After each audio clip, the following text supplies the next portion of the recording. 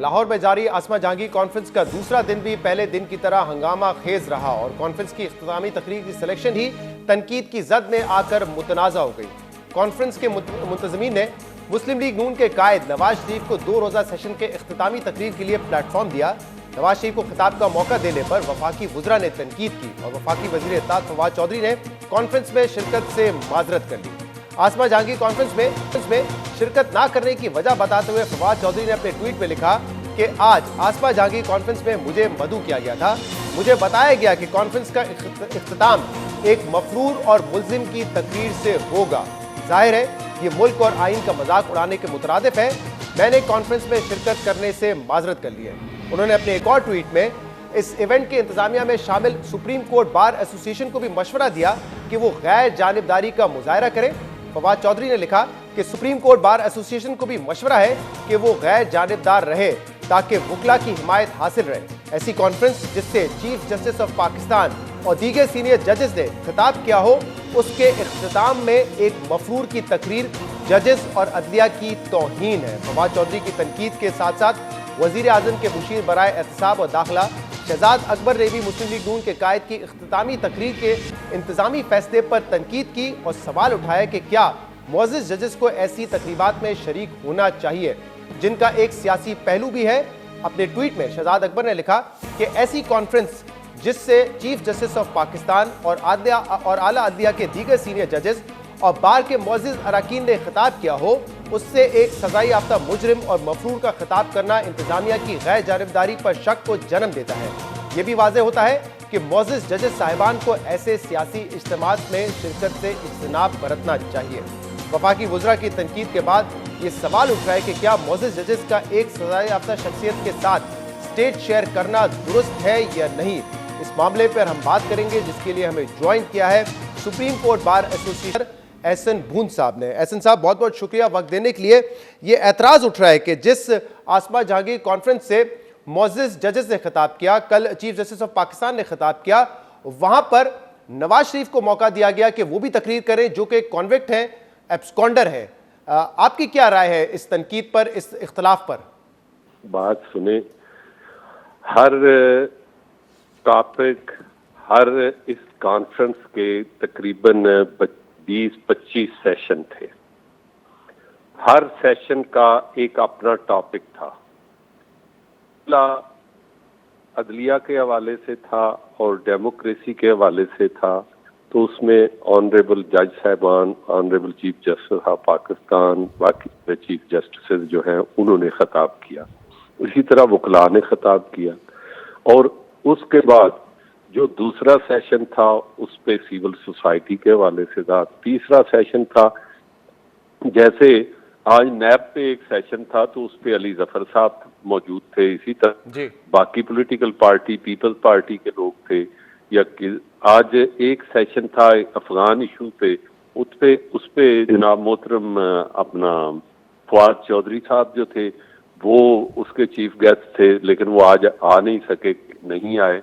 मैं समझता हूं कि इसलिए ये इश्यूज जो हैं खामखा क्रिएट करके, तो मैं समझता हूं कि चीजों को ज्यादा खराब करने के लिए, क्योंकि डाइवर्सिटी ऑफ थॉट और डाइवर्सिटी व्यूज एक सेहतमंद सोसाइटी को जन्म देता है और सेहतमंद सोसाइटी के लिए एक वे फॉरवर्ड देता है। लेकिन अनफॉर्चुनेटली आप देखें कि आखिर सेशन में तारें काट दी गई, वहां जो सारा निजाम था उसके हवाले से। तो अगर टेलीफोन पे मियां नवाज शरीफ ने बात कर ली तो उससे कौन सी, अगर मियां नवाज शरीफ इंटरनेट पे भी बात कर लेते तो उससे कौन सी बात क़यामत आ जानी।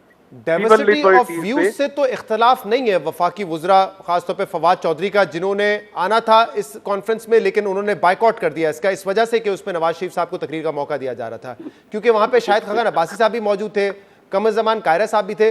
उनकी मौजूदगी पे किसी ने इख्तलाफ नहीं किया, खासतौर पे वुज़रा ने। वुज़रा ये कहते हैं कि आपने वहां पर नवाज शरीफ को बुलाकर जो है इस इवेंट को मुतनाज़ा बनाया, ये अदलिया की तौहीन है। कह रहे हैं आइन का मजाक उड़ाने के मुतरादिफ है ये। नहीं, बात सुने, मैं तो कभी इतनी सख्त बातें नहीं करता। वो छोटे भाई भी हैं और लीडर बड़े हैं, हुकूमत के स्पोक्समैन भी हैं।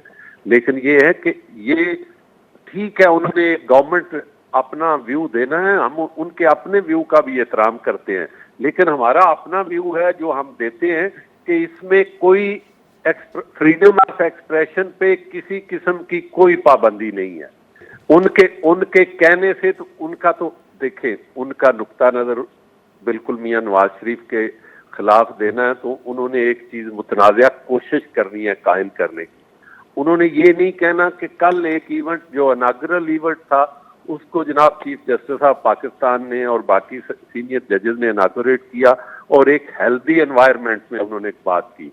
آج دوسرے دن ایک تقریباً 25 سیشن ہوئے ہیں, یہ صرف فورم پہ کی بات کرتے. اب جج صاحبان کے سامنے روز جو مقدمات جاتے ہیں وہ انہی لوگوں کے ہوتے ہیں جو کوئی ابسکانڈر ہوتا ہے, کوئی قتل ہوا ہوتا ہے, کوئی مار رہا ہوتا ہے, کوئی دوسرا ہوتا ہے, کوئی کسی کے حقوق چھینے ہوتے ہیں. یہ کیا بات کر رہے ہیں؟ آپ ذاتی طور پہ سمجھتے ہیں کہ منصف کا اور مجرم کا, مفرور کا ایک پلیٹ فارم پر ہونا اس میں کوئی غلط بات نہیں ہے, اخلاقی طور پہ یہ کوئی غلط نہیں ہے؟ نہیں, بات سنیں, یہ بھی میں سمجھتا ہوں کہ آج یہ 21ویں صدی ہے, کچھ نہیں ہے اس میں.